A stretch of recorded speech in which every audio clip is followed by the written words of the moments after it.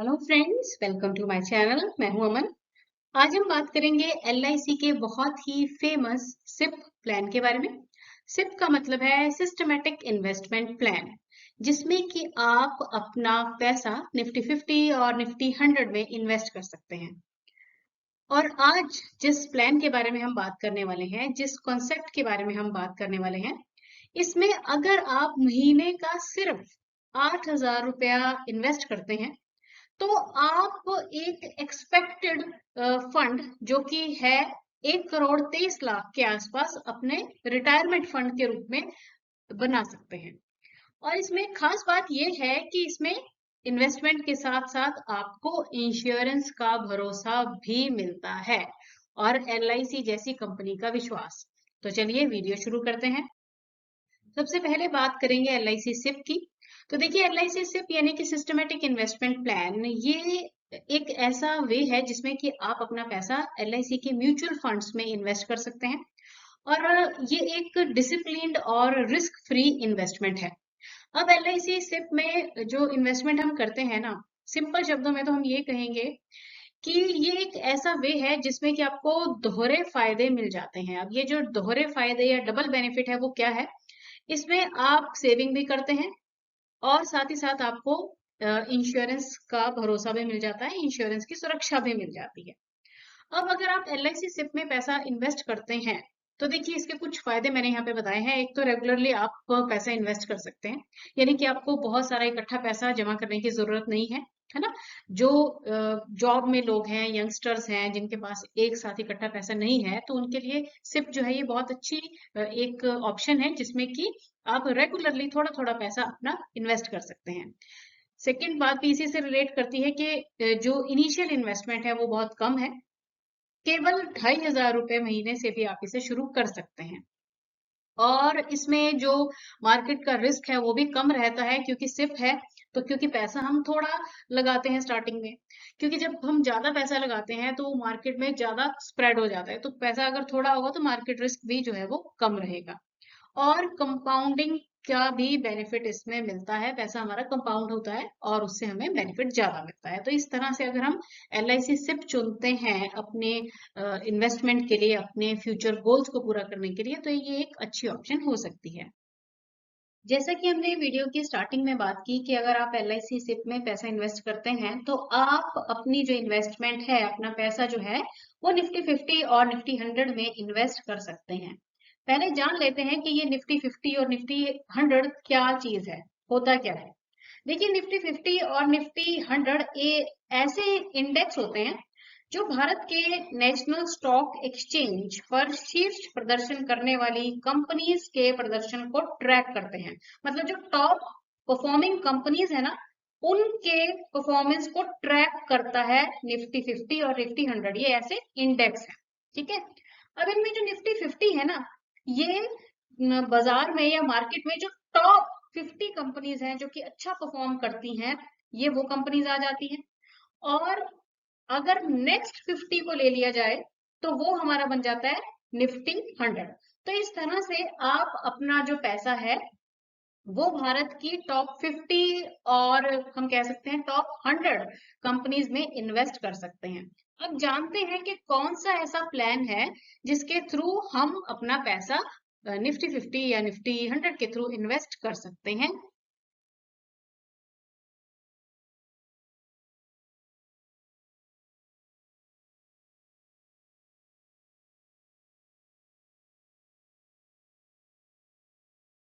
LIC का index plus, जिसका table number 873 है। ये एक unit linked non participating regular premium individuals life insurance plan है। तो देखिए, यूनिट लिंक्ड का मतलब है कि ये एक मार्केट बेस्ड प्लान है जिसमें आप इन्वेस्टमेंट के साथ साथ इंश्योरेंस का भी लाभ पा सकते हैं। देखिए, कई लोग ऐसे होते हैं कि जो चाहते हैं कि पैसा जल्दी ग्रो हो और मार्केट में ज्यादा इंटरेस्ट दिखाते हैं। तो उन लोगों के लिए जो इंडेक्स प्लस प्लान है ये काफी अच्छा ऑप्शन हो सकता है। नॉन पार्टिसिपेटिंग है, यानी कि अगर कोई भी नुकसान होता है कंपनी को तो उससे इसका इफेक्ट नहीं है। रेगुलर प्रीमियम है, आप हर महीने किस्त इसकी दे सकते हैं। इंडिविजुअल्स लाइफ इंश्योरेंस प्लान है, और साथ ही साथ जो सबसे बड़ी बात इसमें है और जो इसको अट्रैक्टिव बनाती है वो है गारंटेड एडिशंस।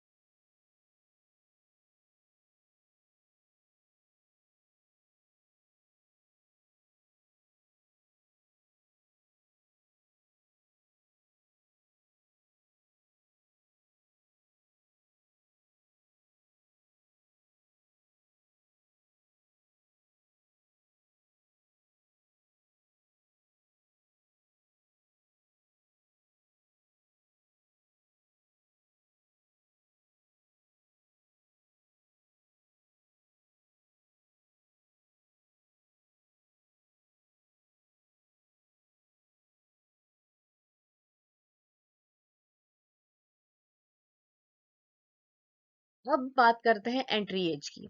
तो देखिए, जो मिनिमम एंट्री एज है ना, वो दोनों ही ऑप्शंस, चाहे ऑप्शन 1 आप चूज कीजिए चाहे ऑप्शन 2 चूज कीजिए, एंट्री एज इसमें मिनिमम है 90 दिन। यानी कि अगर कोई 3 महीने का बच्चा है तो उसके नाम पर भी ये पॉलिसी ली जा सकती है। और मैक्सिमम जो एंट्री एज है वो 50 साल रहेगी ऑप्शन 1 के लिए, और 60 साल रहेगी ऑप्शन 2 के लिए। मेच्योरिटी एज इसमें मिनिमम 18 साल है, और मैक्सिमम ऑप्शन 1 में है 85 ईयर्स यानी कि 85 साल, और ऑप्शन 2 के लिए है 75 ईयर्स यानी कि 75 साल। चलिए अब एनुअलाइज्ड प्रीमियम की बात करते हैं। तो देखिए, एनुअलाइज्ड प्रीमियम जो रहेगा ना, अगर आपने टर्म जो है ना मिनिमम ली है कितनी, 15 साल, ठीक है, तो एनुअलाइज्ड प्रीमियम जो है ना वो कितना होगा, लेस देन, अगर 48,000 एनुअल प्रीमियम है तो मिनिमम टर्म 15 साल होगी और मैक्सिमम टर्म जो है वो होगी 25 साल। और अगर आपने एनुअलाइज्ड प्रीमियम यानी कि वार्षिक प्रीमियम जो है वो 48,000 या उससे ऊपर का चूज किया है तो मिनिमम टर्म 10 साल है और मैक्सिमम 25 साल है। पीपीटी सेम रहेगी, जितनी आप टर्म चूज करते हैं उतनी ही पीपीटी रहेगी। अगर 15 साल की टर्म है तो 15 साल पीपीटी रहेगी, 25 साल टर्म है तो 25 साल पीपीटी रहेगी। आपको 25 साल तक जो प्रीमियम है वो भरना पड़ेगा।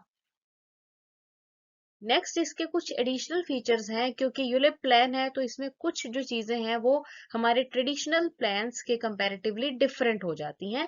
तो चलिए सबसे पहले बात करेंगे, क्योंकि हमने स्टार्टिंग में देखा कि इसमें गारंटेड एडिशन बोनस बोनस भी दिया जाता है। देखिए, गारंटेड एडिशन एक ऐसा बोनस है जिसको कंपनी के द्वारा ना स्टार्टिंग में ही डिक्लेयर कर दिया जाता है। कंपनी को फायदा हो नुकसान हो, जो पॉलिसी होल्डर है उसका उससे कोई कनेक्शन नहीं है। जो स्टार्टिंग में बोनस एक बार डिक्लेयर कर दिया गया है गारंटेड एडिशन के रूप में, वो आपको मिलेगा ही मिलेगा। अब यहाँ पर बताया गया है कि कब कब ये गारंटेड एडिशन कितना कितना मिलेगा। तो देखिए, जब आपकी पॉलिसी का 6th ईयर जो है वो कंप्लीट हो जाएगा, at the end of policy year 6th मतलब छठा साल कंप्लीट हो जाएगा, तो अगर आपका जो एनुअल प्रीमियम है वो 48,000 से कम है तो आपको कितना, 3% गारंटेड एडिशन मिलेगा। और अगर 48,000 या उससे ज्यादा है तो 5% मिलेगा।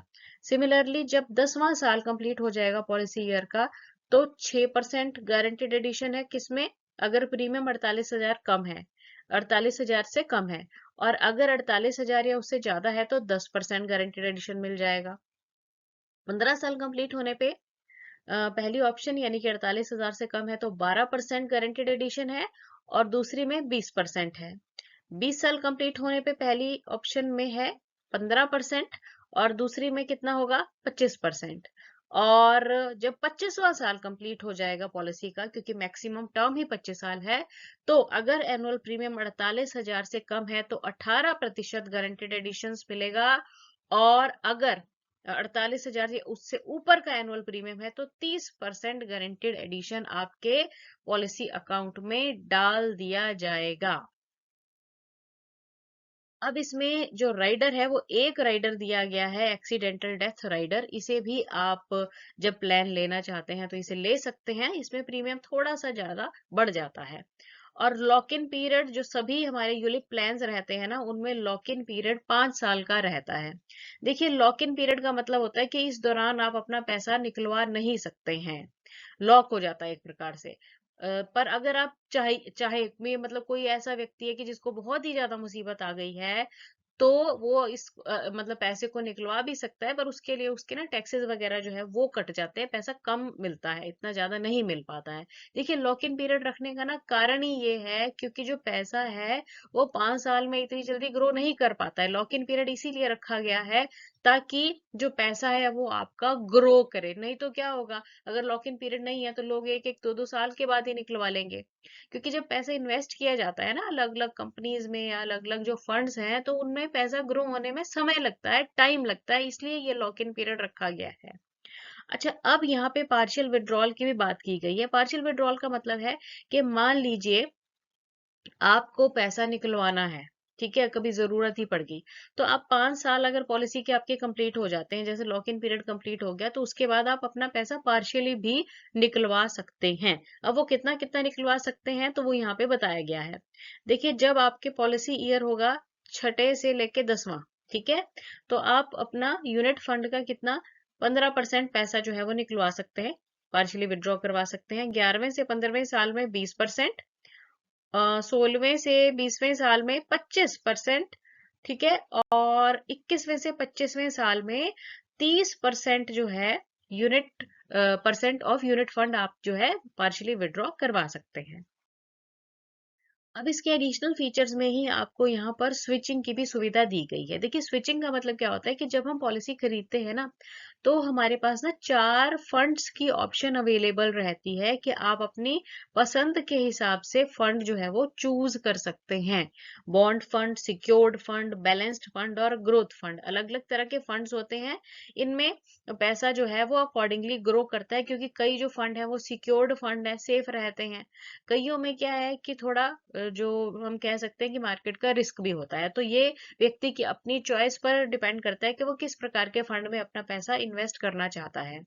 तो अब आपने मान लो कि किसी एक प्रकार के फंड में पहले अपना पैसा इन्वेस्ट कर दिया और उसके थोड़े समय बाद, 1-2 साल बाद या थोड़े समय बाद आपको ये लगता है कि ये फंड नहीं, मेरे को किसी दूसरे फंड में अपना पैसा लगाना है, तो उसके लिए स्विचिंग की सुविधा भी यहाँ पर दी जाती है। अब स्विचिंग में क्या है कि आपको ना 4 स्विचेस फ्री मिलते हैं हर साल पॉलिसी ईयर में, ठीक है। गिवन पॉलिसी ईयर में 4 स्विचेस फ्री मिलेंगे, जिसमें कि आप साल में 4 बार अपना पैसा जो है वो स्विच करा के एक फंड से दूसरे फंड में शिफ्ट कर सकते हैं। अगर इसके बाद भी आप और स्विचिंग चाहते हैं तो उसके आपको चार्जेस देने पड़ते हैं। अब इसके बेनिफिट्स में आप जान लीजिए कि सबसे पहले किसकी बात करेंगे हम, मेच्योरिटी की, ठीक है।